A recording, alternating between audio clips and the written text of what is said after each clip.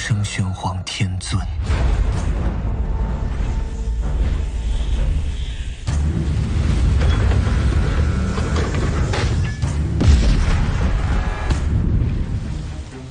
Berjumpa lagi dengan Albarak. Kita lanjutkan cerita Lord of the Mysteries. Jangan lupa share, like, komen, dan subscribe. Penguasa misteri bab 46, Potret. Aduh, Klein berjongkok di sana, muntah tanpa sadar. Dia segera berhenti muntah karena dia tidak sarapan. Pada saat itu, sebuah botol persegi berwarna timah yang tampak seperti kotak rokok muncul di depannya. Mulut yang telah kehilangan sumbatnya mengeluarkan campuran bau yang mirip dengan tembakau, desinfektan, dan daun mint. Bau tersebut membersihkan hidung Klein dan menyegarkannya. Bau menyengat itu masih tercium, tetapi Klein tidak lagi merasa mual. Ia segera berhenti muntah. Ia menelusuri botol kecil itu dan melihat tangan pucat yang tampakkan milik anggota makhluk hidup. Ia melihat mulut lengan baju jaket hitam dan melihat pengumpul mayat Frye dengan sikapnya yang dingin dan gelap. Terima kasih. Klein pulih sepenuhnya dan dengan tangan di lututnya, dia berdiri kembali. Frye mengangguk tanpa ekspresi apapun. Semuanya akan baik-baik saja jika kamu sudah terbiasa. Ia menutup kembali tutup botol dan memasukkannya ke dalam sakunya, lalu berbalik, berjalan ke arah mayat yang sudah sangat membusuk itu. Tanpa sarung tangan, ia mulai memeriksa wanita tua itu. Sedangkan Dun Smith dan Leonard Mitchell, mereka mondar-mandir perlahan di sekitar ruangan, sesekali menyentuh permukaan meja atau koran. Neil tua mencubit hidungnya dan berdiri di luar pintu, menggerutu dengan suara teredam, benar-benar menjijikkan. Aku akan meminta gaji tambahan bulan ini. Dun menoleh dan menyentuh dinding di samping cerobong asap dengan tangan kanannya yang bersarung tangan. Sambil melakukannya, ia bertanya pada Klein, apakah tempat ini tampak familiar? Klein menahan napas dan membayangkan jam saku perak itu dalam benaknya untuk menenangkan diri. Dengan dirinya yang sudah berada dalam kondisi penglihatan roh, ia langsung merasakan sesuatu yang berbeda. Sebuah pemandangan yang berasal dari relung terdalam ingatannya melintas di matanya. Cerobong asap, kursi goyang, meja, koran, paku berkarat di pintu, kaleng-kaleng yang bertatahkan perak. Pemandangannya gelap dan suram, seperti film dokumenter dari bumi. Namun, pemandangannya bahkan lebih kabur dan ilusif. Adegan dengan cepat bertentangan dengan apa yang dilihat Klein. Perasaan deja vu dan pernah berada di sini sebelumnya muncul dengan jelas. Teriakan ilusi dan halus tampaknya menembus dinding tak terlihat, Hornachis. Phlegrea, Hornachis, Phlegrea, Hornachis, Phlegrea. Rasanya sedikit familiar. Klein menjawab dengan jujur sementara otaknya merasakan sakit yang menusuk. Untungnya, dia dengan cepat mengetuk glabelanya 2 kali. Hornachis. Pegunungan Hornachis yang muncul dalam buku harian Klein asli? Itu adalah konten yang diuraikan dari buku catatan keluarga Antigonus. Bisikan-bisikan itu sangat mirip dengan bisikan-bisikan sebelumnya. Bisikan itu melibatkan kata Hornasis. Apakah ini bentuk rayuan? Klein diliputi kejutan karena dia tidak berani berpikir lebih dalam, takut dia akan menempatkan dirinya pada lintasan kehilangan kendali. Dun mengangguk pelan dan berjalan ke sebuah lemari. Tiba-tiba ia mengulurkan tangannya dan membuka pintu kayunya. Roti di dalamnya berjamur dan ada sekitar 7 tikus mati berwarna abu-abu dan kaku. Leonard, turunlah ke bawah untuk memanggil polisi patroli dan menjelaskan situasi di sini, perintah Dun. Baiklah, Leonard berbalik dan meninggalkan apartemen. Setelah itu, Dun membuka pintu 2 kamar tidur lainnya dan melakukan pencarian hati-hati. Setelah yakin tidak ada petunjuk dan juga tanda-tanda buku catatan keluarga Antigonus, Frye juga berdiri. Ia menyekat tangannya dengan sapu tangan putih yang dibawanya dan berkata, "Waktiannya lebih dari 5 hari yang lalu." Tidak ada luka luar maupun tanda-tanda yang jelas bahwa itu adalah akibat dari kekuatan Beyonder. Penyebab pasti kematiannya akan memerlukan otopsi. Apakah kalian menemukan sesuatu? Dunn menoleh untuk melihat ke arah Neil tua dan Klein. Dua orang yang tidak lagi berada dalam kondisi spirit vision menggelengkan kepala serentak. Selain mayat, semuanya normal. Sebenarnya, tidak. Ada energi tak kasat mata yang menyegel apartemen itu pada awalnya. Seperti yang kau tahu, biasanya akan ada proses serupa saat kita menggunakan sihir ritual, pikir Neil tua beberapa detik sebelum menambahkan. Dunn baru saja akan mengatakan sesuatu ketika dia melihat keluar pintu. Beberapa detik kemudian, Klein dan Owl merasakan sesuatu dan menoleh untuk melihat ke arah tangga. Beberapa detik kemudian, suara langkah kaki yang samar terdengar semakin keras saat Leonard berjalan bersama seorang polisi. Ekspresi polisi berubah saat mencium bau busuk itu. Ia segera bekerja sama dengan rekannya dari Departemen Operasi Khusus dan mulai mengetuk pintu-pintu penghuni di lantai 2 untuk mengetahui situasi di lantai 3. Beberapa saat kemudian, sang kopral dengan 2 tanda pangkat peraknya memandangi mayat di kursi goyang. Kathy Stefania Bieber, berusia antara 55 dan 60 tahun. Janda. Telah menyewa apartemen ini bersama putranya, Ray Bieber selama lebih dari 10 tahun. Suaminya dulunya seorang pengrajin permata. Putranya berusia sekitar 30 tahun dan masih lajang. Ia mewarisi pekerjaan ayahnya dan memperoleh penghasilan sekitar 1 pound dan 15 soli seminggu. Menurut tetangga mereka tidak bertemu selama lebih dari seminggu. Sebelum polisi melanjutkan, Klein sudah mengetahui titik kritis berikutnya. Hilang. Lebih tepatnya, tidak diketahui kemana Ray Bieber pergi. Buku catatan kuno itu kemungkinan besar ada padanya. Apakah Anda punya foto Ray Bieber? Dunn menatap petugas polisi itu. Dia berperan sebagai inspektur berpangkat tinggi. Namun, itu bukan akting karena dia memang seorang inspektur berpangkat tinggi di kepolisian. Gaji dan berbagai tunjangannya juga dibayarkan sesuai dengan pangkatnya. Tentu saja, itu tidak termasuk gajinya dari gereja. Polisi itu menggelengkan kepalanya dengan gugup dan berkata, "Saya tidak yakin. Saya harus kembali ke kantor polisi untuk mencarinya. Tidak lazim bagi kami untuk memiliki foto setiap orang." Baiklah. Teruskan bertanya kepada penghuni di lantai pertama. Tanyakan secara rinci. Dunn memberi perintah. Sambil melihat polisi itu pergi, dia menutup pintu dan menoleh ke arah Neil tua. "Aku serahkan sisanya padamu. Kalau tidak, kita harus membuat semua penghuni tidur dan meniru penampilan Ray Bieber." "Ya, aku tidak begitu percaya sketsa yang berdasarkan deskripsi verbal." Neil tua mengangguk. Dia mengeluarkan beberapa botol seukuran ibu jari dari saku jubah hitam klasiknya dan menumpahkan cairan dalam urutan tertentu. Segera setelah itu, dia mengeluarkan segumpal bubuk dan menyebarkannya membentuk lingkaran di sekelilingnya. Anehnya, bau menyengat menyebar dan tidak terpengaruh oleh bau-bau yang memuakkan di ruangan itu. Klein juga tiba-tiba menyadari bahwa ada medan gaya tak kasat mata di sekelilingnya. Medan gaya itu memisahkannya dari lingkungan sekitar dan semua orang. Keadaannya seperti ruangan sebelumnya. Neil tua setengah menutup matanya saat bibirnya menggumamkan mantra yang lembut dan tidak jelas.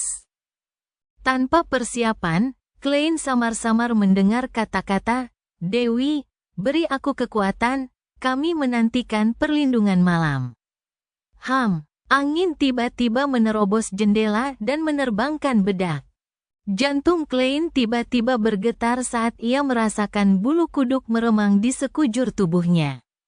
Ia merasa sulit untuk menjelaskannya. Bau mengerikan yang takut untuk melihat langsung menyebar dengan cepat. Ia kebingungan karena ia menjadi tegang, tidak bisa rileks. Rasanya seolah-olah ia telah terjun ke dalam kondisi yang mirip dengan apa yang akan dialami seseorang setelah mengerjakan soal matematika tingkat tinggi. Tiba-tiba mata Old Neil terbuka, matanya hitam pekat. Dia mengeluarkan pulpen dari sakunya dan mulai menggambar di selembar kertas bekas di atas meja. Dia begitu cepat sehingga seluruh tubuhnya gemetar. Klein memfokuskan pandangannya dan melihat wajah dengan mata cekung dan pangkal hidung tinggi segera muncul. Ketika rambut pendek keriting alami selesai dibuat, Neil tua menulis satu garis di bawah potret itu. Rambut hitam, mata biru tua. Di sebelah kiri mulutnya ada implan gigi yang seluruhnya terbuat dari keramik. Pulpen di tangan Neil tua terjatuh ke atas kertas saat tubuhnya kejang beberapa kali. Ini adalah gambaran Ray Bieber berdasarkan apa yang tersisa di ruangan ini. Bisik Neil tua saat warna matanya pulih dengan cepat. Kemudian, ia kembali ke tempat asalnya dan perlahan-lahan mengitarinya. Medan gaya tak kasat mata yang mengisolasi benda-benda itu segera menghilang dalam bentuk angin sepoi-sepoi. Pujilah sang putri. Neil tua menepuk dadanya di 4 titik, membentuk bulan merah tua. Saraf tegang Klein mengendur saat ia membuat pengamatan yang lebih tajam. Ia menemukan bahwa tidak ada yang istimewa pada fitur wajah Ray Bieber. Ia memiliki sikap yang relatif lembut. Satu-satunya hal adalah filtrumnya melorot dengan jelas. Aku akan mencoba menakan dowsing rod seeking. Dia mengambil potret itu dan menemukan pakaian laki-laki di kamar tidur lalu menyebarkannya ke lantai. Dunn, Leonard, dan Old Neil tidak menghentikannya saat mereka melihatnya meletakkan tongkat hitam di atas pakaian dan potret itu. Frye tetap diam seperti biasa. Mata Klein berubah dari coklat menjadi hitam saat dia menyelesaikan bacaannya, lalu melepaskan cengkeramannya. Tongkat hitam itu berdiri diam seperti tertanam di tanah. Lokasi Ray Bieber. Klein mengulanginya lagi dalam hati.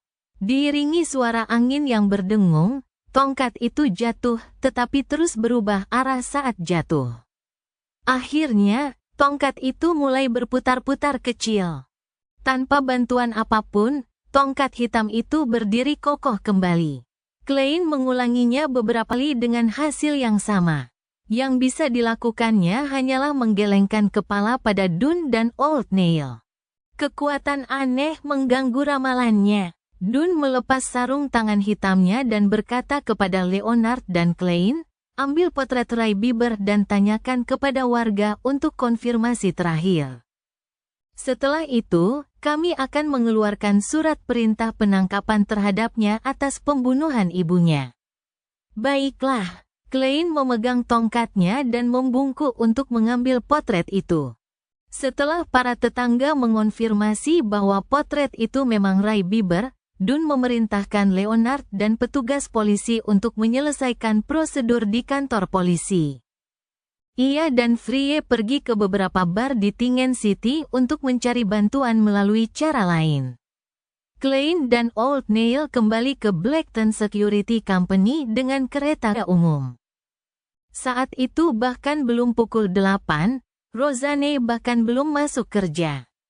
Setelah menutup pintu, Klein memiringkan kepalanya ke arah Neil tua dan berharap untuk belajar dan menjawab pertanyaan-pertanyaannya, bertanya kepadanya. Mengapa saya harus mengirim buku catatan keluarga Antigonus ke rumah Ray Bieber? Ini benar-benar ke arah yang berbeda dari Iron Cross Street tempat Weld tinggal. Neil tua berjalan ke sofa dan terkekeh. Bukankah itu sudah jelas? Siapa yang tahu kekuatan apa yang ada di dalam buku catatan yang kau panggil? Mungkin kau melakukan ritual yang dijelaskan karena rasa ingin tahu dan akhirnya memicu keberadaan aneh yang seharusnya tidak kau miliki. Motif keberadaan ini adalah agar buku catatan itu dikirimkan kepada Bieber dan menghilangkan semua petunjuk untuk mencegah siapapun menemukannya. Oleh karena itu, selain kalian yang terpilih, Welk dan Naya bunuh diri mengenai kalian. Sejujurnya, saya masih tidak tahu bagaimana kalian bisa selamat. Aku juga ingin tahu. Klein pun duduk dan dengan sengaja menjawab dengan senyum masam. Aku juga sudah memikirkan dugaan-dugaanmu tentang proses hukumnya. Namun, ada satu hal yang tidak aku mengerti. Mengapa aku harus menyerahkan buku catatan itu kepada Ray Bieber? Neil tua mengangkat bahu dan berkata, mungkin jalan hidup nomor 1 miliknya sesuai dengan persyaratan. Atau mungkin dia salah satu keturunan terakhir dari keluarga Antigonus. Singkatnya, ada terlalu banyak kemungkinan. Dan mengapa buku catatan itu dijual ke kota Tinge? Pasti ada alasannya. Saya tidak berpikir itu karena dia keturunannya. Klein tiba-tiba merasa tercerahkan sebelum dia mendesah. Sayangnya, saya tidak segera mengetahui bahwa Ray Bieber dan buku catatan itu telah menghilang. Neil tua tertawa. Ini adalah sesuatu yang harus dikhawatirkan, Dun. Sedangkan untukmu, ini adalah sesuatu yang baik. Mengapa kau berkata begitu? Klein mengerutkan kening karena bingung. Penguasa misteri bab 47, kekurangan uang Neil tua. Neil tua mengusap pelipisnya dan berkata, saya yakin kita punya gambaran umum tentang mengapa kalian bertiga melakukan bunuh diri massal. Buku catatan itu sekarang juga konon ada di tangan Ray Bieber. Lebih jauh lagi, masalah itu sudah terbongkar. Terlepas dari apakah hidup atau mati, itu tidak akan memengaruhi perkembangan selanjutnya. Saya pikir, saya yakin bahwa keberadaan rahasia atau kekuatan misterius yang menyebabkan semua ini tidak akan memberi perhatian khusus kepada kalian. Sama seperti kalian tidak akan memperhatikan semut-semut di tanah. Heh, selama kalian tidak mencoba membuatnya mengingat kalian. Dan surat perintah penangkapan kita untuk Ray Bieber akan segera sampai ke Secret Order. Mereka juga akan dapat menebak bahwa itu terkait dengan buku catatan keluarga Antigonus. Percayalah, untuk organisasi rahasia yang telah ada selama lebih dari 1000 tahun, ia memiliki banyak saluran informasi. Oleh karena itu, fokus mereka akan dialihkan ke keberadaan Ray Bieber, dalam upaya untuk menemukan buku catatan itu sebelum kita. Mereka tidak akan, dan tidak mungkin bagi mereka untuk mengganggu, menguntit, atau berurusan denganmu. Anak muda, selamat karena telah melangkah keluar dari bayang-bayang masa lalu. Apa yang akan terjadi selanjutnya adalah perjalanan baru yang dipenuhi dengan sinar matahari. Klein mengangguk ketika mendengarnya lalu berkata dengan nada senang dan lega, kuharap begitu. Setelah bertransmigrasi ke sini, dia diselimuti ketidakpastian. Sekarang, rasanya ketidakpastian itu akhirnya menghilang. Namun, Klein masih merasa tidak yakin karena buku catatan itu tampaknya terkait dengannya dengan cara tertentu. Sampai-sampai dia secara tidak sengaja menemukan petunjuk sisa dari misi normal menyelamatkan Sandera. Ia takut suatu hari nanti ada tukang kirim yang mengiriminya paket, dan setelah dibuka, baru sadar bahwa itu adalah buku catatan keluarga Antigonus. Semoga saja semuanya berjalan seperti yang diceritakan oleh Neil tua. Ia berdoa dalam hati. Ketika Neil tua mendengar jawabannya, dia langsung mengejek. Kau tampaknya bukan penganut setia Dewi. Saat ini, bukankah seharusnya kau menggambar lambang bulan merah di dadamu dan berkata, semoga Dewi memberkati kita? Tuan Neil, Anda juga tidak tampak seperti seorang pemuja sejati. Seorang pemuja sejati tidak akan berkata, apa yang akan terjadi selanjutnya akan menjadi perjalanan baru yang dipenuhi sinar matahari. Setelah mempelajari mistisisme di bawah bimbingan Neil tua, Klein telah menjalin persahabatan yang baik dengannya, jadi dia tidak bersikap sopan untuk membalas komentar sarkastis. Keduanya saling bertatapan dan tertawa cekikikan dengan sangat akrab. Pada saat yang sama, mereka menepuk dada mereka 4 kali. Pujilah sang wanita. Pada saat itu, mereka mendengar suara mesin berderak saat pintu utama perusahaan keamanan Blackton terbuka. Nyonya Oriana yang anggun dengan rambut digulung sesuai mode melangkah ke ruang resepsi dengan gaun hijau muda. Selamat pagi, Tuan Neil. Selamat pagi, Klein. Ia memegang tas tangan kulit kecil sambil menyapa sambil tersenyum. Hari ini adalah hari yang luar biasa. Hari yang cukup baik. Selamat pagi, Oriana. Kamu masih secantik 10 tahun yang lalu, jawab Neil tua sambil terkekeh. Mata Oriana menyipit saat dia mendongak. Tuan Neil, cara Anda memuji masih sama menyebalkannya seperti 10 tahun yang lalu. Dia mengucapkan kata-kata, 10 tahun. Begitukah? Neil tua menatap Klein dengan bingung. Dia tampak bingung. Jangan pernah menyebutkan hal-hal yang akan mengingatkan para wanita tentang usia mereka. Sebagai seorang pejuang keyboard yang tahu sedikit tentang segalanya, Klein langsung mengerti apa yang membuat Nyonya Oriana kesal. Dia tersenyum tipis dan berkata, "Selamat pagi, Bu Oriana. Anda tetap cantik seperti biasanya. Terima kasih, lulusan Universitas Koi yang luar biasa." Oriana tersenyum sambil mengangguk sebelum berkata, kepala pelayan tua itu sudah membayar komisi misi. Menurut aturan kapten, setengahnya akan digunakan sebagai dana tambahan, setengahnya lagi akan dibagi antara kamu dan Leonard. Namun karena kamu bukan anggota resmi, kamu hanya dapat mengambil 10% dari setengahnya. Datanglah nanti untuk menandatanganinya. Berapa yang dia bayar? Klein bertanya dengan gembira sambil ikut merasakan tekanan. 200 pound. Itulah yang dia katakan waktu itu, Tuan. Badai yang terhormat, saya tidak pernah membayangkan atau percaya bahwa ini diselesaikan begitu saja.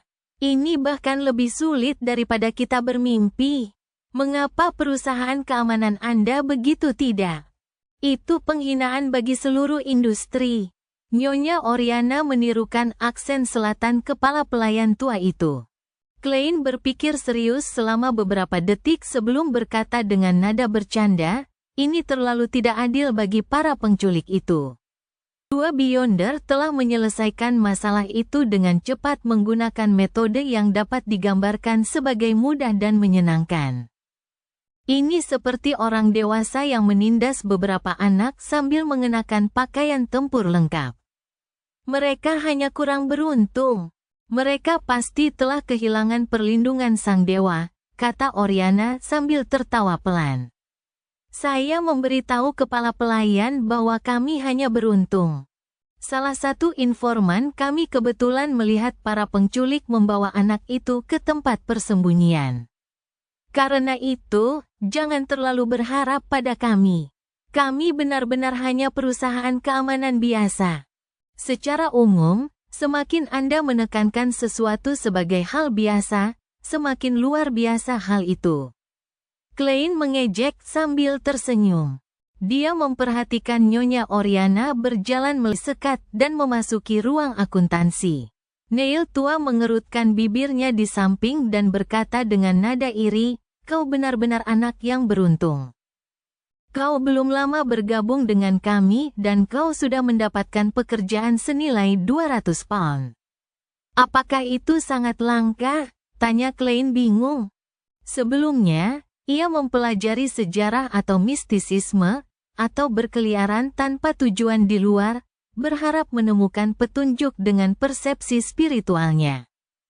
Menurut catatan Oriana, kita mungkin tidak akan mendapatkan satu pekerjaan pun dalam seminggu penuh.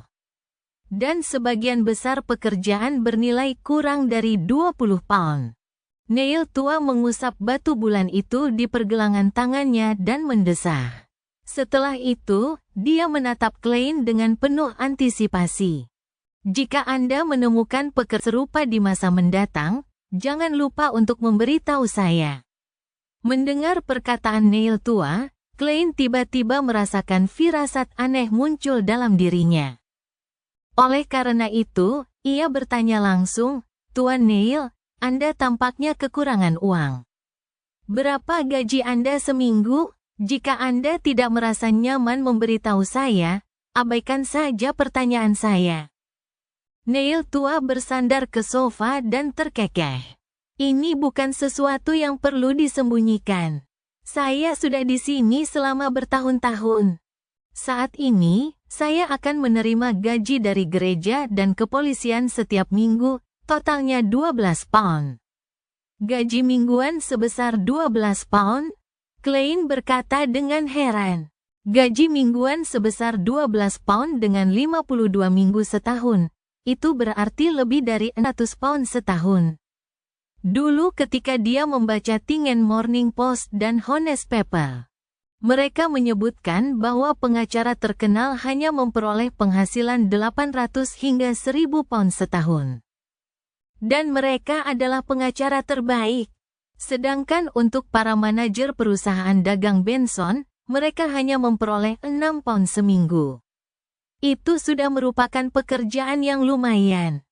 Ya, gaji sebesar itu sebenarnya cukup besar, dan kami tidak perlu membayar pajak, imbuh Old Neil sambil tersenyum. Klein mendengar dari Benson bahwa seseorang harus membayar pajak tipe E jika gaji mingguan mereka melebihi 1 pound. Dengan kata lain, pegawai pemerintah dan perusahaan harus membayar 3% pajak jika mereka memperoleh 1 hingga 2 pound, 5% untuk 2 hingga 5 pound, 10% untuk 5 hingga 10 pound, dan 15% untuk 10 hingga 20 pound, dengan batas maksimal 20% untuk mereka yang berpenghasilan di atas 20 pound. Selain itu, ia juga membaca 4 jenis pajak lain di surat kabar. Jenis A terkait dengan tanah, perumahan, dan pendapatan lain dari barang-barang material, termasuk properti dan sewa. Jenis B adalah pajak yang dibayarkan oleh petani. Jenis C adalah pajak atas laba dari obligasi, dana, dan ekuitas. Jenis D adalah pendapatan komersial, keuangan, atau profesional. Itu sesuatu yang mengagumkan. Klein menirukan ucapan Old Neil. Namun, Neil tua menggelengkan kepalanya. Gaji sebesar itu tidak cukup bagi yonder seperti kami yang harus sering mempelajari misteri tersembunyi, mempraktikkan dan mencoba melakukan ritual. Bukankah materi bisa diperoleh melalui aplikasi? Tanya Klein bingung. Neil tua mencibir. Ada batasannya. Kadang-kadang, kita harus memberikan alasan yang cukup sah. Jika Anda ingin belajar lebih banyak dan bereksperimen di bidang mistisisme, Anda hanya dapat menghabiskan uang Anda sendiri untuk membeli bahan-bahan. Itu dapat dibeli secara internal atau di pasar gelap. Klein tersentak kaget saat ia langsung bertanya, ada bahan beyonder yang dijual di pasar gelap? Kupikir gereja tidak akan mengizinkan keberadaannya. Dia tidak punya sarana untuk memperoleh bahan-bahan, karena dia memiliki organisasi misterius pada tahap awal. Dia tidak selalu bisa menyelesaikan Night Talks, bukan? Tidak ada cara untuk mengendalikan hal-hal seperti itu. Ya, dari sudut pandang mistisisme, semua makhluk memiliki perasaan dengan roh mereka dan mereka berasal dari sumber yang sama. Bahan-bahan yang kita gunakan tidak terbatas pada makhluk-makhluk luar biasa itu. Itu juga berasal dari hewan, tumbuhan, dan mineral biasa. Misalnya, racun hemlock, daun mint emas, dan vanili malam dalam botol ramuan sir, itu adalah barang-barang yang sering kita temukan dalam kehidupan sehari-hari. Mereka mungkin tidak memiliki karakteristik luar biasa, tetapi mereka memiliki karakteristik khusus. Melalui ramuan dan pencampuran, mereka akan menghasilkan efek tertentu. Oleh karena itu, ini bukan perdagangan yang dapat dilarang oleh gereja, jelas Old Neil secara rinci. Tanpa menunggu Klein mengucapkan sepatah kata pun, dia melanjutkan, lagi pula, bukan hanya inti dari makhluk luar biasa yang berguna. Misalnya, cumi lavos. Selain darahnya, bola matanya, kulitnya, dan tentakelnya adalah bahan yang cukup bagus. Kecuali gereja menangkapnya sepenuhnya dengan tenaga kerjanya sendiri, untuk sepenuhnya menyudutkan dan mengendalikan aliran keluar apapun akan menjadi beban keuangan yang sangat besar. Semakin rendah mutu bahan luar biasa, semakin demikian. Mereka hanya dapat melakukan yang terbaik untuk mencegah bahan yang lebih istimewa mengalir keluar. Neil tua tiba-tiba tertawa. Ada alasan penting lainnya. Lebih baik mengetahui pasar gelap daripada tidak mengetahuinya. Dengan asumsi bahwa organisasi rahasia belum sepenuhnya dilenyapkan, ini adalah strategi yang cukup bagus. Selain itu, ini dapat membantu kita memperoleh bahan-bahan yang tidak kita miliki. Tentu saja, dengan adanya pasar gelap seperti itu, barang-barang selundupan akan muncul. Selama itu bukan sesuatu yang konyol atau terlalu berbahaya, kita akan menutup mata terhadapnya. Paling-paling, kita akan menggunakannya untuk memperkaya brankas kita. Apakah karena beberapa gereja besar saling menempatkan satu sama lain, sehingga tidak ada yang bisa mengambil tindakan berlebihan? Tebak Klein.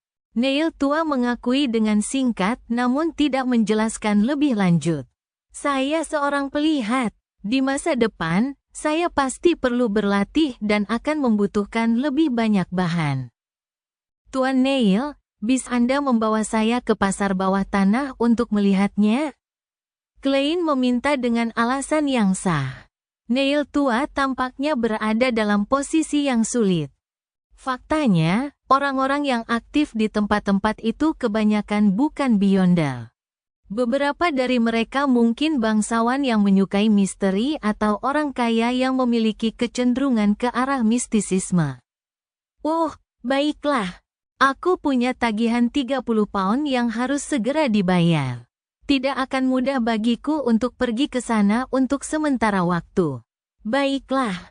Klein tidak pernah menduga alasannya adalah Old Neil yang berhutang uang. Beberapa saat kemudian, dia berkata dengan penuh pertimbangan, Tuan Neil, apakah Anda butuh saya untuk meminjamkan uang? Saya baru saja mendapat komisi sebesar 10 pound. Haha, tidak perlu. Aku bisa menyelesaikannya. Neil tua menepuk sofa dan perlahan berdiri. Usia benar-benar musuh yang tidak bisa dilawan oleh makhluk biologis. Aku kelelahan karena berjaga tadi malam. Ya, ulangi apa yang sudah kuajarkan padamu nanti pagi. Baca lebih banyak dokumen. Besok, aku akan mengajarimu dasar-dasar sihir ritual. Baiklah. Klein bangkit dan mengucapkan selamat tinggal padanya dengan melepas topinya. Ketika Kapten Dunn tidak kembali pada siang hari, Klein berpura-pura masih mencari buku catatan itu sambil menjelajahi jalan lagi. Setelah memperoleh 10 pound, ia tidak perlu lagi menunggu pencairan dana berikutnya. Ia dapat langsung menuju ke klub ramalan. Perenungan dan visi roh terkadang menghasilkan bisikan dan ilusi. Hal ini membuatnya bersemangat untuk mulai bertindak. Penguasa Misteri Bab 48, Hannes Vincent. Di klub ramalan yang terletak di lantai 2 Jalan Howes 13, wilayah utara kota Tingen. Klein melihat wanita cantik itu melayani pengunjung sekali lagi. Rambut panjangnya yang berwarna kuning kecoklatan masih digulung, membuatnya tampak dewasa dan anggun. Sulit untuk mengetahui usianya. Halo, Tuan Glasis tidak ada di sini hari ini.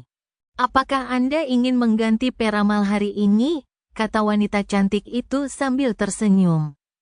Mendengar itu, Klein yang baru saja melepas topi sutra dan memakainya kembali langsung terkejut. Kamu masih mengingatku? Itu sudah 5 hari yang lalu. Wanita itu mengernyitkan bibirnya sambil tersenyum. Anda adalah pelanggan pertama yang menggunakan jasa Tuan Glasis. Anda juga satu-satunya pelanggan hingga saat ini. Sulit bagi saya untuk tidak memiliki kesan mendalam tentang Anda. Apakah ini gambaran dirinya yang hemat uang, tapi boros? Klein mengejek dirinya sendiri saat dia mempertimbangkan sebuah pertanyaan. Kapan terakhir kali Tuan Glasis datang ke klub? Wanita itu meliriknya dan menjawab seolah-olah mengingat sesuatu. Sejujurnya, kami tidak dapat memahami kapan anggota kami akan datang dan pergi. Mereka memiliki keinginan bebas dan masalah pribadi yang harus diurus. Ya, saya yakin Tuan Glasis belum datang ke klub sejak dia meramal nasibmu hari itu. Saya doakan dia beruntung. Semoga Dewi memberkatinya. Klein berdoa dan tidak bertanya lebih lanjut. Sebaliknya, bertanya sambil tersenyum, saya tidak di sini untuk layanan ramalan kali ini. Saya berencana untuk bergabung dengan klub. Benarkah? Dengan senang hati, wanita itu menunjukkan ekspresi terkejut dan gembira. Untuk tahun pertama sebagai anggota, biaya keanggotaannya adalah 5 pound. Setelah itu, biayanya akan menjadi 1 pound setahun. Saya rasa saya tidak perlu menjelaskannya lagi secara rinci. Klein mengeluarkan uang kertas 5 pound yang baru saja diterimanya saat ia menyaksikan potret Henry Augustus pertama meninggalkannya. Setelah dengan serius memeriksa tanda air anti pemalsuan, wanita itu menyimpan catatan itu dengan serius dan menyerahkan formulir kepada Klein. Silakan baca informasi terperinci Anda. Biarkan saya menyiapkan tanda terima Anda. Ada tanda terima? Anda harus menagihnya ke Blackton Security Company. Klein terhibur dengan pikirannya sendiri saat mengambil pulpen di meja. Dengan tinta biru kehitaman, ia mengisi nama, usia, alamat, dan informasi perusahaannya. Namun, ia sengaja membiarkan tanggal lahirnya kosong.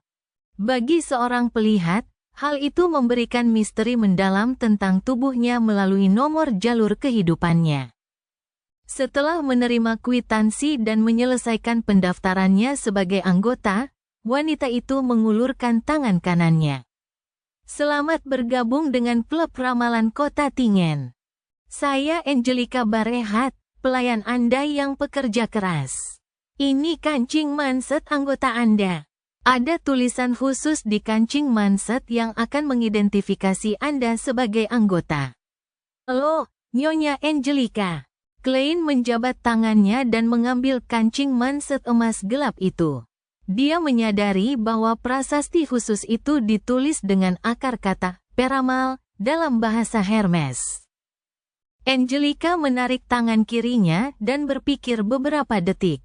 Bolehkah saya bertanya ilmu ramalan apa yang paling Anda kuasai? Atau apakah Anda lebih suka mempelajari beberapa metode ramalan dari klub? Kami akan mempertimbangkan untuk mengundang peramal terkenal dari bidang terkait untuk memberikan kelas. Kami juga akan memperkenalkan Anda kepada anggota dengan keahlian serupa sehingga Anda dapat bersenang-senang berinteraksi dengan mereka. Saya tahu sedikit tentang setiap seni ramalan. Tidak perlu memberi saya pertimbangan khusus. Klein menjawab dengan sedikit tambahan. Selain itu, ia tanya, bisakah saya mulai meramal nasib orang lain? Saya bukan pemula. Dia ada di sini untuk bertindak sebagai seorang pelihat dan bukan untuk mempelajari metode ramalan yang bisa dipelajari orang biasa. Angelica tetap tersenyum sopan sambil berkata, kamu bisa meramal nasib orang kapan saja di klub. Namun, sebelum kami memastikan keahlianmu, kami tidak akan mempromosikanmu saat pelanggan kami bertanya. Berapa biaya yang akan kamu kenakan untuk meramal nasibmu? 2 sen. Klein memutuskan untuk mendapatkan keuntungan dengan harga saat dia masih belum dikenal. Kita akan menggunakan standar mengambil 1/8, jadi kita akan mengambil 1/4 sen untuk biaya. Angelica mengulangi berbagai aturan tersebut terlebih dahulu sebelum menulis informasi Klein ke dalam album peram yang dapat dipilih oleh pelanggan. Setelah semua itu selesai, dia menunjuk ke ruang pertemuan di ujung koridor sambil tersenyum. Tuan Hannes Vincent sedang menjelaskan ramalan astrolab. Anda dapat menemukan tempat yang tenang untuk mendengarkan. Anda juga dapat mengajukan pertanyaan jika ada yang ingin ditanyakan. Baiklah. Klein berjalan menuju ruang rapat dengan rasa penasaran yang memuncak. Ia ingin tahu perbedaan antara apa yang dikatakan Hannes Vincent dan Old Neil. Pada saat itu, Angelica menghampiri dan berbisik, "Tuan Moretti, Anda mau kopi atau teh? Kami menyediakan teh hitam Sibe, kopi Southfield, dan kopi Desi." Klein, yang telah membaca koran secara teratur, tahu bahwa kopi dan teh hitam ini dianggap sebagai salah satu vars yang kualitasnya rendah. Tetapi ia juga tahu bahwa kualitasnya pasti lebih baik daripada yang ada di rumah. Setelah berpikir sejenak, ia berkata, "Secangkir kopi Southfield. 3 sendok teh gula tanpa susu." Southfield di Kerajaan Lon terkenal dengan bir dan anggur merahnya, banyak tokoh penting yang menyukainya. Namun, kopinya relatif tidak dikenal. "Baiklah, aku akan segera mengirimkannya kepadamu." Angelica menunjuk ke arah ruang rapat. Klein perlahan berjalan ke pintu yang setengah tertutup dan mendengar suara dengan aksen Awa yang kental menjelaskan, ramalan astrolab adalah salah satu seni ramalan yang relatif lebih rumit. Namun itu hanya untuk orang biasa. Klein diam-diam mengetikkan kalimat untuk pembicara. Dia melihat sekitar 5 meja disusun melingkar di dalam ruang rapat. Meja itu mengelilingi seorang pria parubaya dengan jubah hitam klasik, Hannes Vincent. Pria itu memiliki lingkaran hitam yang jelas. Rambutnya yang coklat tebal dan keras. Setiap helai berdiri kokoh seperti duri landak. Selain itu, tidak ada yang unik tentang dia. Saat melihat Klein masuk, Hannes Vincent mengangguk pelan tanpa menghentikan kelasnya. Ia hanya memperlambat bicaranya. Klein memasukkan satu tangan ke dalam sakunya, sementara tangan lainnya memegang tongkatnya. Ia menemukan kursi di samping dan duduk, bersandar dengan nyaman dalam prosesnya. Ia mengamati lingkaran yang beranggotakan 6 orang. Ada 4 pria dan 2 wanita. Beberapa di antara mereka mencatat dengan penuh perhatian, berbisik, atau membalas senyuman sedih Klein. Setelah meletakkan tongkatnya, Klein membetulkan topinya yang terbelah 2 dan mengetukkan glabelanya 2 kali dalam prosesnya. Dia menatap Hannes dan melihat berbagai warna, kecerahan, dan ketebalan auranya. Merah tua, dia agak khawatir. Sebenarnya, semua bagian tubuhnya sehat kecuali bagian itu. Aku heran apa yang salah. Klein mendengarkan kelas sambil bergumam sendiri. Pada saat itu, ia menggenggam tangan kanannya dan menutup mulutnya agar tawanya tidak terdengar. Ia tiba-tiba merasa seperti seorang dukun. Dia cukup senang dengan kemampuan spirit vision miliknya. Meskipun dia hanya bisa membuat penilaian umum dan tidak bisa membuat penilaian detail, itu sudah cukup untuk memberinya banyak informasi berguna. Setelah mengamati sekelilingnya, dia mengetuk glabelanya 2 kali lagi seolah-olah dia sedang merenungkan apa yang baru saja dikatakan Hannes. Ramalan astrolab merupakan salah satu metode ramalan astromansi. Akan tetapi, orang awam juga dapat mencoba menafsirkan sesuatu.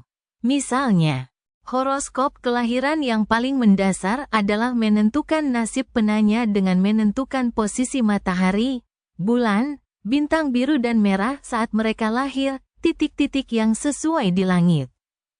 Mencocokkan simbol-simbol representatif dengan astrolab dan situasi yang sesuai dari berbagai konstelasi. Hal ini mengharuskan peramal untuk dapat menghitung keadaan planet dan konstelasi yang agak rumit. Tentu saja, ada publikasi yang membantu orang untuk mencari nilai-nilai tersebut. Beberapa bahkan menyederhanakannya dengan membuat pembacaan yang samar-samar hanya dengan konstelasi. Klein mendengarkan dengan diam tanpa menyela atau mengajukan pertanyaan apapun. Sesekali, ia membelai batu topas yang tergantung di lengan bajunya atau menyeruput kopi Southfield yang dibawakan Angelica. Setelah beberapa saat, Hannes mengusap glabelanya dan berkata, "Mungkin kamu perlu mencoba membuat astrolabmu sendiri. Tanyakan padaku jika kamu punya pertanyaan. Aku akan berada di Moonstone." Setelah dia pergi, seorang pemuda berkemeja putih dan rompi hitam bangkit sambil tersenyum dan berjalan ke sisi Klein. "Senang bertemu denganmu, saya Edward Steve."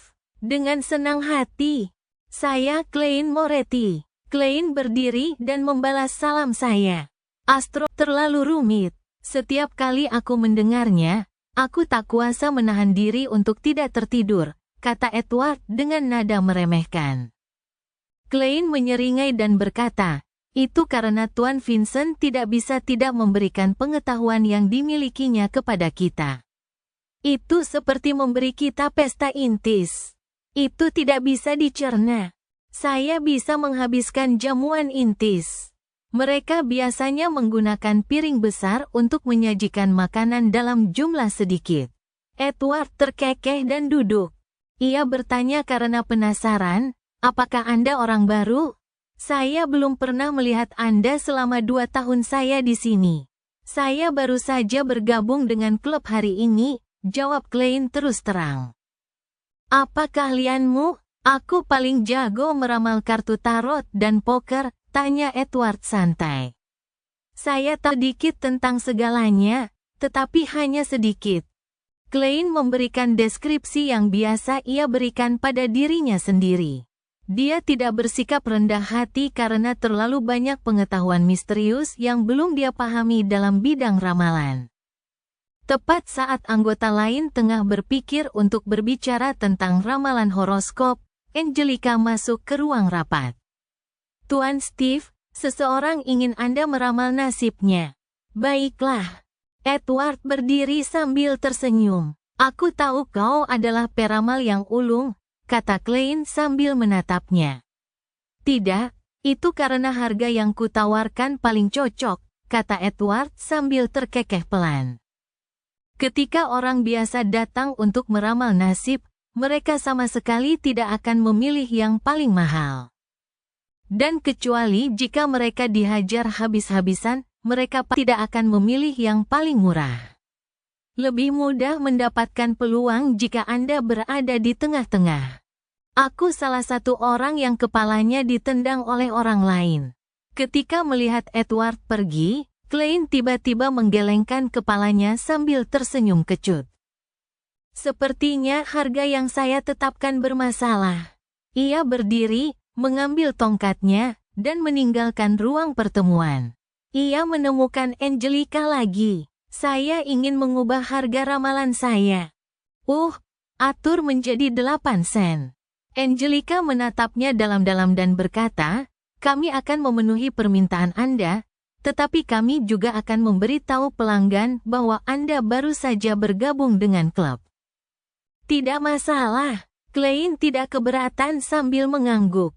Kadang-kadang, misteri juga merupakan elemen penting bagi seorang peramal untuk menarik pelanggan. Setelah mengubah rinciannya, Klein kembali ke ruang rapat. Pada saat itu, dia melihat Hannes Vincent keluar dari Moonstone. Dia memegang cermin berlapis perak. Peramal terkenal ini berkata kepada 5 anggota di ruang rapat, "Saya baru saja mempelajari seni ramalan baru. Ramalan cermin ajaib. Apakah ada yang ingin mempelajarinya?" "Ramalan dengan cermin ajaib?" Itu tidak aman. Klein berhenti di luar ruang rapat dan mengerutkan kening. Penguasa misteri bab 49, Seni Ramalan.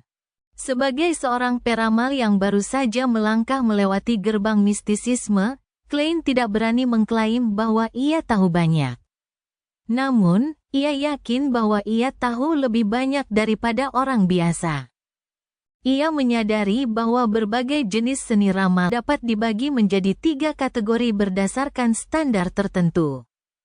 Dan standar itu didasarkan pada sumber wahyu. Kategori pertama ramalan meliputi tarot, poker, bandul, tongkat dowsing, dan mimpi.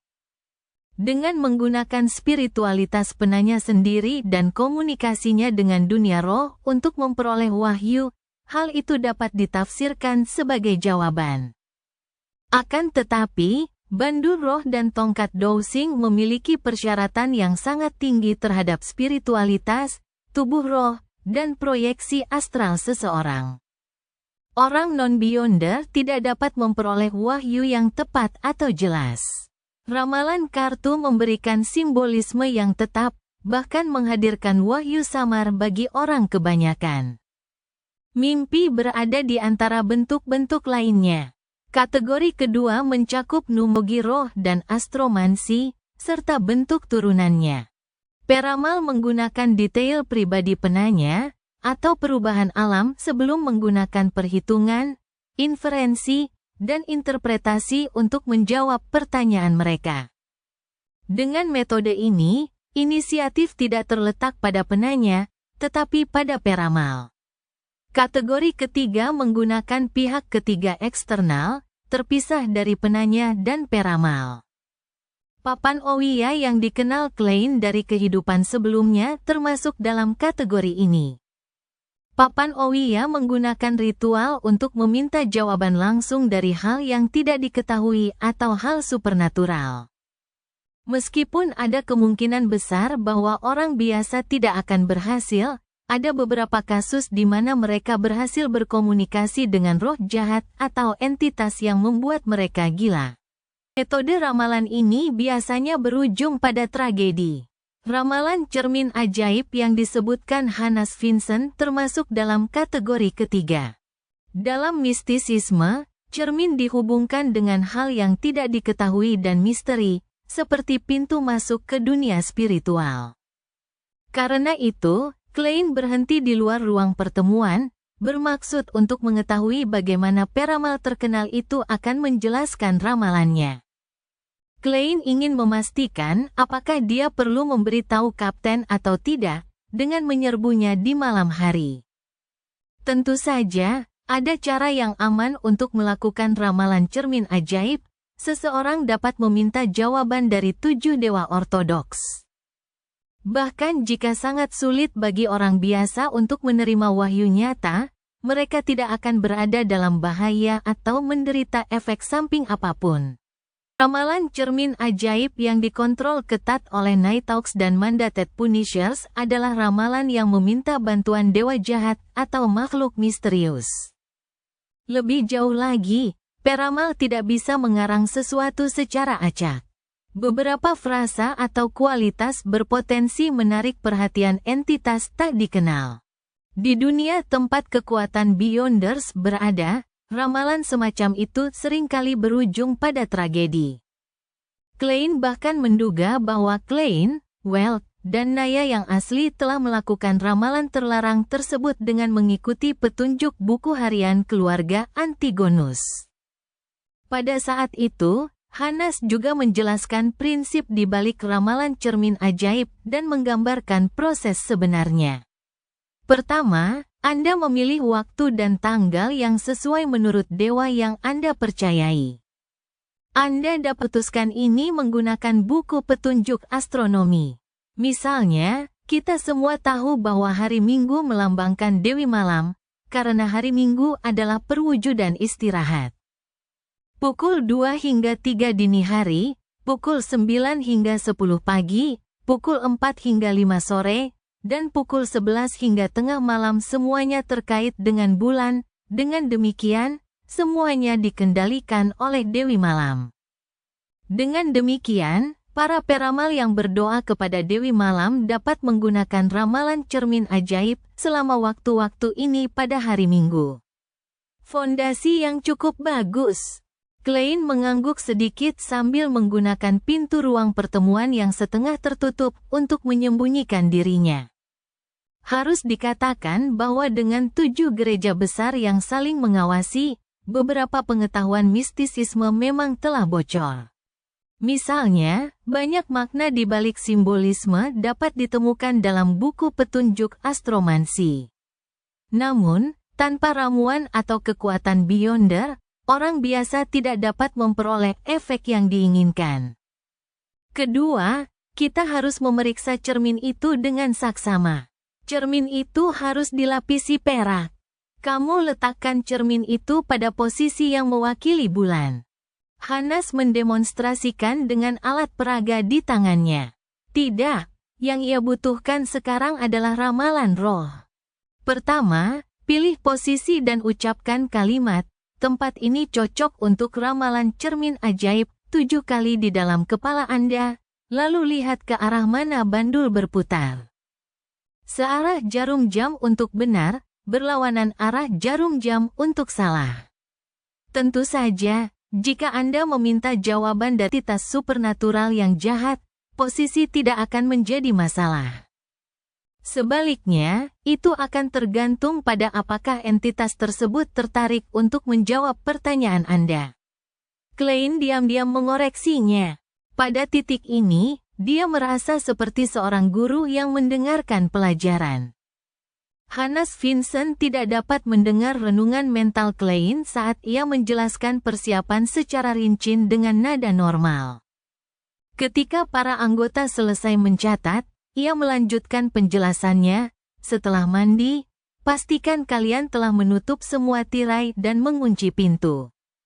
Setelah itu, nyalakan lilin dan letakkan di depan cermin sebelum berdoa dengan tulus kepada dewa yang kalian percayai.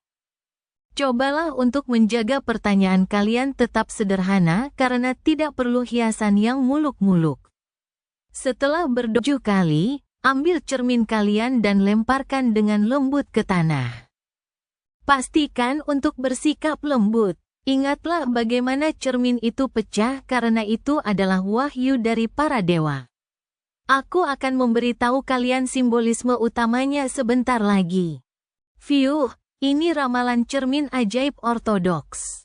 Klein menghela napas lega saat ia berjalan memasuki ruang rapat dan kembali duduk di kursinya sebelumnya. Ia menghabiskan sisa kopi Southfield-nya dalam sekali teguk.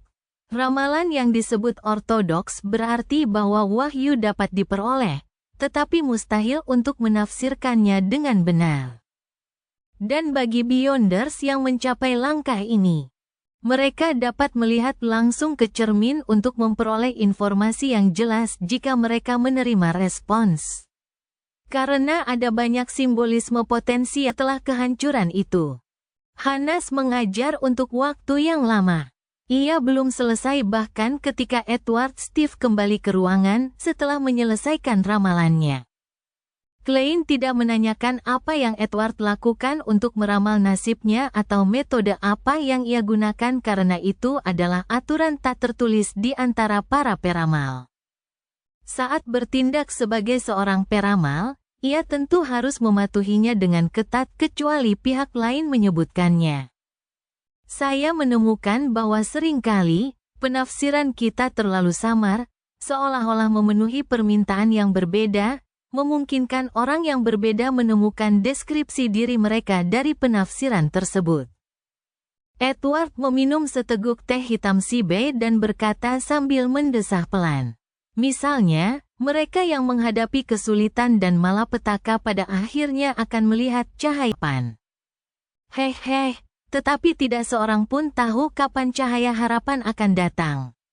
Misalnya, sebuah perjalanan mungkin tidak berjalan mulus, tetapi Anda pasti akan sampai di sana dalam keadaan hidup. Hehe, orang mati tidak akan membalas saya. Karena dia tidak mendengarkan dari awal, dia mengabaikan kelas ramalan cermin ajaib Hanas. Bias bertahan hidup. imbuh Klein sambil tersenyum. Bias kelangsungan hidup umumnya berarti bahwa banyak statistik hanya akan mencakup mereka yang masih hidup dan beruntung. Data akan mengabaikan mereka yang sudah meninggal, oleh karena itu, hasilnya akan jelas bias. Benar, Kaisar Roselle benar-benar seorang filsuf, kata Edward kagum. Tanpa berkata apa-apa, Klein mengangkat cangkirnya yang kosong dan pura-pura menyesapnya. Para anggota benar-benar asyik mempelajari horoskop dan ramalan cermin ajaib sepanjang sore. Sesekali, mereka juga berdiskusi dengan Klein dan Edward. Dan ketika itu terjadi, Klein akan berusaha sebaik mungkin untuk memenuhi tugasnya sebagai anggota informal Night Talks. Ia akan berusaha keras untuk mengalihkan topik pembicaraan dari hal-hal yang berhubungan dengan Beyonders atau ide-ide berbahaya. Namun, ia gagal melakukan hal yang paling ingin ia lakukan. Beberapa penanya datang, tetapi tidak ada satupun yang memilihnya untuk melakukan ramalan. Mungkin aku harus lebih proaktif dalam menghibur mereka. Haruskah aku menggunakan beberapa frasa seperti, kamu sedang dilanda nasib buruk, kamu sedang tidak beruntung akhir-akhir ini, atau apapun yang kamu lakukan akan berjalan mulus? Tidak. Itu sama sekali tidak seperti seorang pelihat. Dengan mengingat hal ini, Klein tidak dapat menahan diri untuk tidak menggelengkan kepalanya sambil merendahkan diri. Dia mengambil tongkatnya, berdiri, dan pergi setelah mengucapkan selamat tinggal kepada semua orang. Pada pukul 5:30, Edward Steve mengenakan mantelnya dan bersiap keluar dari klub ramalan ketika dia tiba-tiba melihat sosok yang dikenalnya. Selamat siang, Glasses. Lama tak berjumpa, sapanya sambil tersenyum. Ia melihat temannya yang memiliki minat serupa sedang mengenakan setelan jas biasa dengan dasi kupu-kupu hitam. Di depan dadanya tergantung sebuah kacamata berlensa tunggal. Segera setelah itu, ia melihat bahwa temannya tampak tidak sehat. Bahkan rambutnya yang lembut pun tampak kering. Selamat siang, Edward. Batuk. Glasses yang memegang topi di tangannya tiba-tiba menggunakan tinjunya untuk menutup mulutnya sambil batuk beberapa kali. Edward bertanya dengan khawatir, kamu kelihatannya sakit. Penyakit yang sangat serius. Bahkan berubah menjadi radang paru-paru. Kalau bukan karena istriku yang bertemu dengan seorang apoteker hebat dan memberiku obat ajaib, kau mungkin harus mengunjungiku di kuburan. Nada bicara Glasses dipenuhi dengan ketakutan dan kegembiraan yang tak kunjung hilang. Tuhan, aku tidak percaya. Kau begitu sehat sebelumnya. Lihatlah dirimu, kau tampak begitu lemah sekarang. Aku ingat ketika aku melakukan ramalan padamu, tidak ada tanda-tanda yang menunjukkan bahwa kau akan terkena penyakit serius. Edward melambaikan tongkatnya dan berkata sambil mendesah heran. Ramalanku sendiri memiliki hasil yang sama seperti ramalanmu. Mungkin kami bukan peramal yang berkualifikasi. Selain itu, Glasses tiba-tiba teringat kejadian pada hari Senin saat ekspresinya berubah menjadi sangat serius. Pada saat itu, wanita cantik, Angelica, datang dan membungkuk sambil tersenyum ramah. Setelah bertukar salam, dia pertama-tama menunjukkan perhatiannya pada kesehatan Glasses dan memberikan beberapa saran. Kemudian, dia menyebutkan sekilas, Tuan Glasses, Tuan Moretti, yang sebelumnya meminta layanan ramalan Anda, telah bergabung dengan klub kami juga. Orang yang menyuruhku meramal nasibnya? Mata Glasses langsung berbinar. Ya Tuhan, mana dia? Dia baru saja pergi. Angelica dan Edward tidak dapat memahami reaksi abnormal Glasses. Glasses melangkah 2 langkah dengan gelisah dan berkata, lain kali dia datang, tolong tanyakan kapan dia akan datang kalau aku tidak ada. Glasses, apa yang terjadi? Apakah Tuan Klein Moretti itu melakukan sesuatu padamu? Tanya Edward dengan bingung. Glassis mengangkat lengannya dan menatap tajam ke arah tatapan Edward dan Angelica. Dia berkata dengan gembira, dia sangat ajaib. Dia menurunkan lengannya dan berkata setelah menggunakan kata sangat 3 kali, Dokter. Penguasa Misteri Bab 50, Metode Pembayaran Neil tua. Pukul 6:30 malam, di sekitar meja makan keluarga Moretti. Klein, kamu harus bekerja pagi-pagi sekali sebagai konsultan? Apakah keadaan darurat di perusahaan keamanan akan lebih berbahaya? Benson mengambil kentang dari sepiring daging sapi rebus dengan kentang saat ia mengemukakan masalah itu dengan penuh perhatian. Klein dengan hati-hati meludahkan tulang dari hidangan goreng dan memberikan jawaban yang sudah disiapkannya. Sejumlah dokumen sejarah harus segera dikirim ke Backlund. Saya harus hadir untuk menangani serah terima dan memastikan tidak ada yang hilang. Seperti yang bisa Anda tebak, sekelompok bajingan yang suka memukul-mukul itu tidak mengenal Faisak. Mendengar jawabannya, Benson yang telah selesai mengunyah makanannya tidak dapat menahan diri untuk tidak mendesah. Pengetahuan itu sangat penting. Memanfaatkan kesempatan ini, Klein mengeluarkan sisa uang 5 pound dan menyerahkannya kepada Benson. Ini adalah pembayaran tambahan yang saya terima hari ini. Sudah saatnya kamu juga mendapatkan pakaian yang layak. 5 pound? Benson dan Melissa berkata serempak. Benson mengambil catatan itu dan melihatnya berulang kali. Ia berkata dengan terkejut sekaligus ragu, perusahaan keamanan ini sungguh murah hati.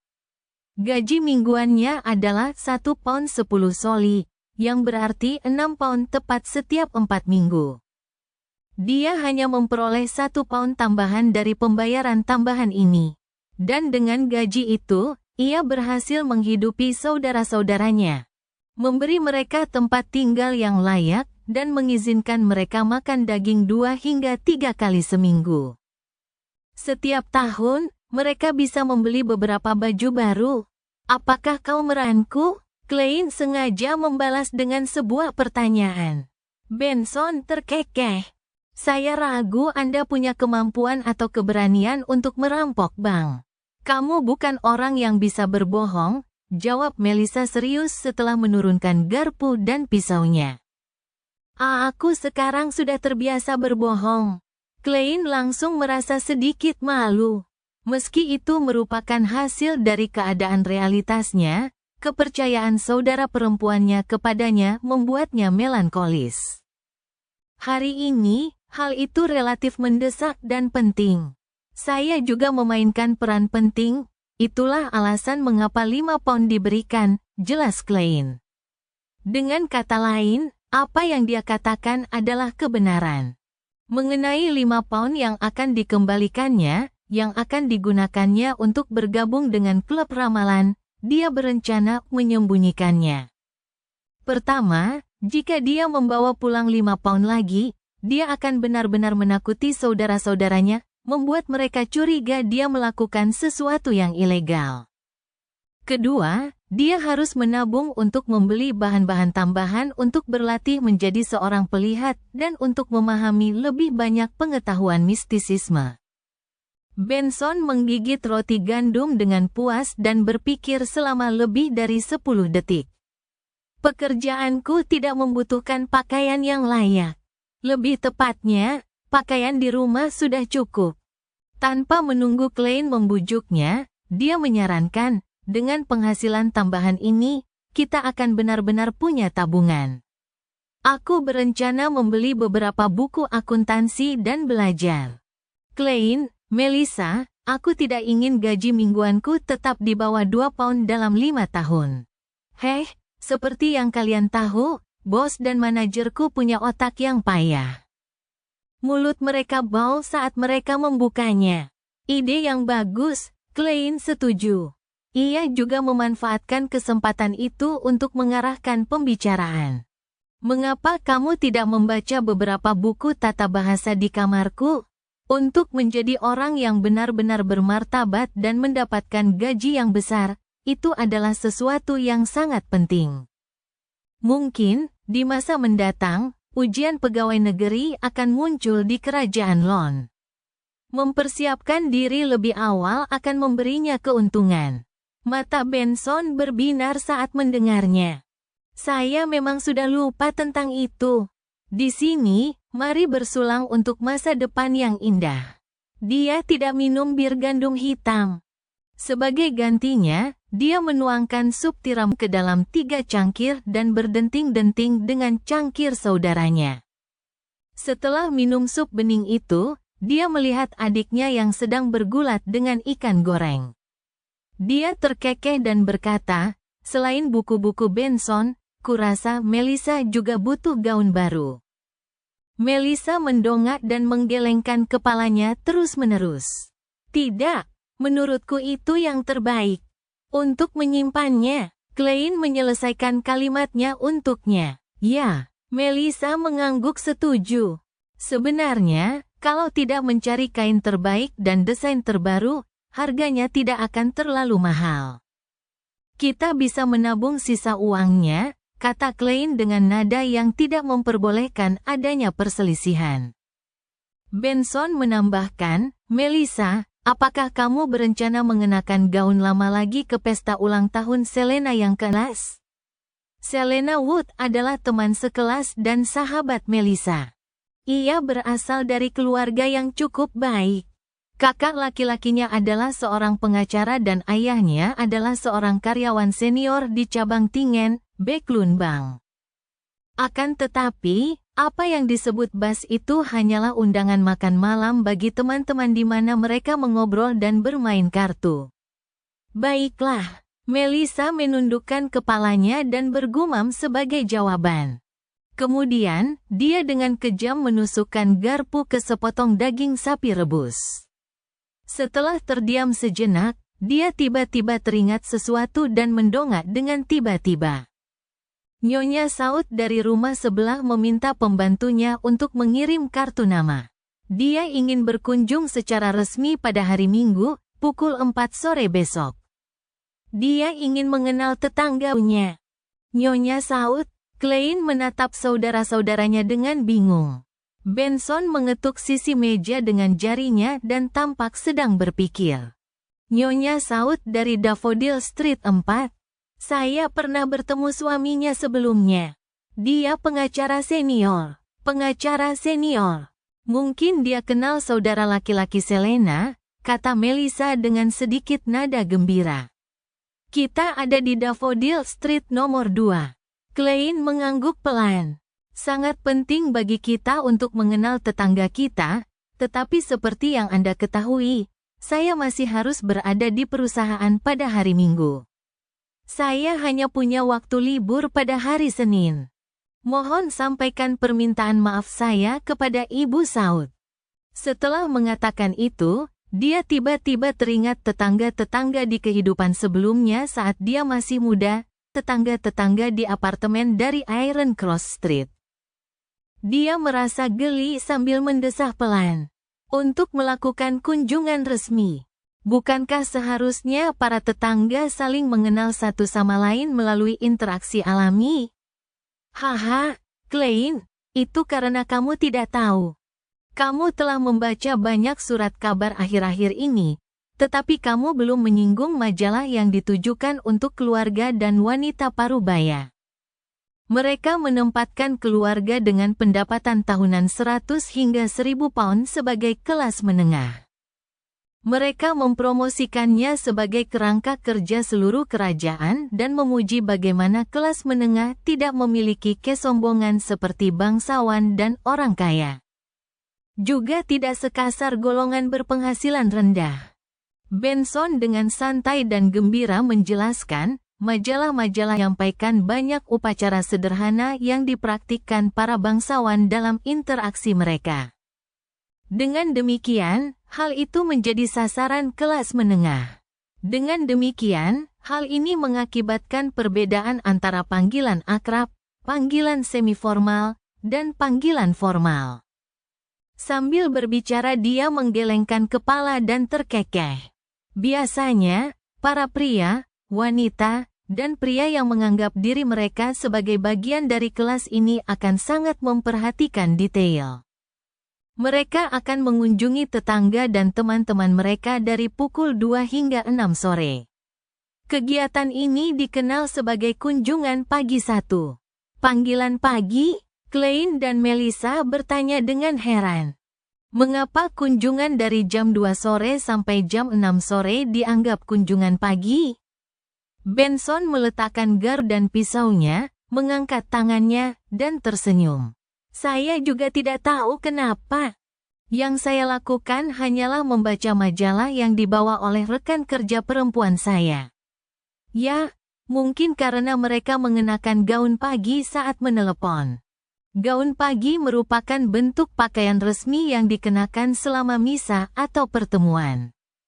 Kemudian, gaun ini dianggap sebagai pakaian resmi untuk siang hari, berbeda dengan pakaian resmi untuk acara malam. Baiklah, jangan lupa membeli bubuk kopi dan daun teh yang enak di sore hari. Beli beberapa muffin dan egg tart lemon dari Nyonya Smirin. Kita tidak boleh memperlakukan tetangga kita dengan buruk. Klein terkekeh sambil mencelupkan sisa rotinya ke dalam saus daging, mengambil beberapa kentang dan memasukkannya ke dalam mulutnya. Berikutnya adalah hari Minggu pagi. Klein menghabiskan suapan terakhir teh yang tidak bermutu itu, meletakkan koran, dan mengenakan topi tingginya yang terbelah dua. Sambil mengambil tongkat hitam bertahtakan perak, ia berjalan keluar pintu dan naik kereta kuda ke jalan Zotland. Ia menyapa Rosanne yang berencana untuk tidur di ruang istirahat setelah menyelesaikan tugas malamnya. Setelah itu, ia turun ke ruang bawah tanah. Setelah berbelok, ia bertemu dengan anggota Night Out, Sleepless Royal Raidin. Dia tampak seperti wanita yang dingin.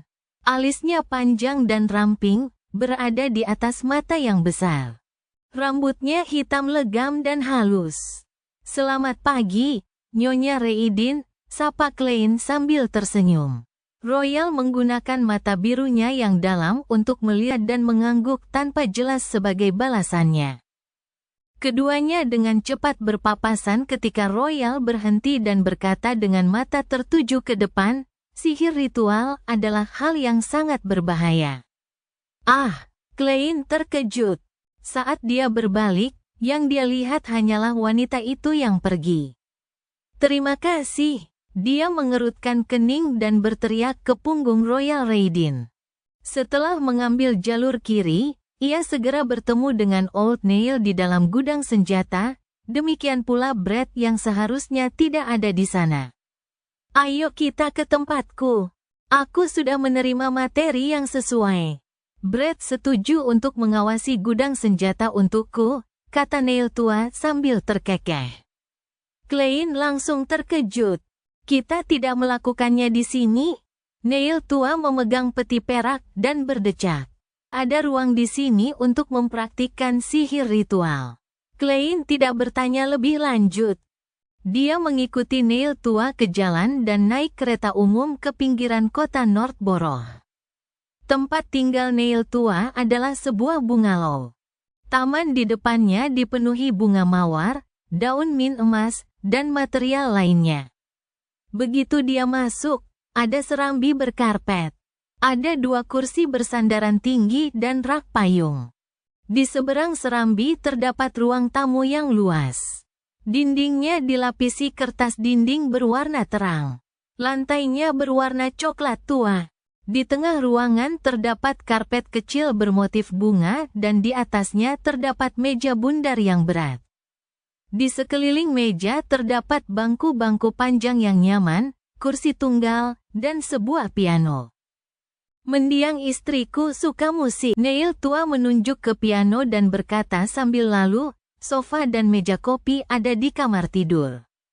Ayo kita lakukan sihir ritual di ruang tamu. Baiklah, jawab Klein hati-hati. Setelah Neil tua meletakkan peti perak itu, dia tertawa dan berkata, biarkan aku menunjukkan kepadamu sihir ritual. Pastikan untuk mematuhi dan mengingat ritualnya. Sambil berbicara, ia mengeluarkan perkamen palsu dari kulit kambing dari peti. Perkamen itu dibuat khusus dan terdapat gambar-gambar aneh yang digambar dengan tinta hitam yang memancarkan aroma yang menenangkan.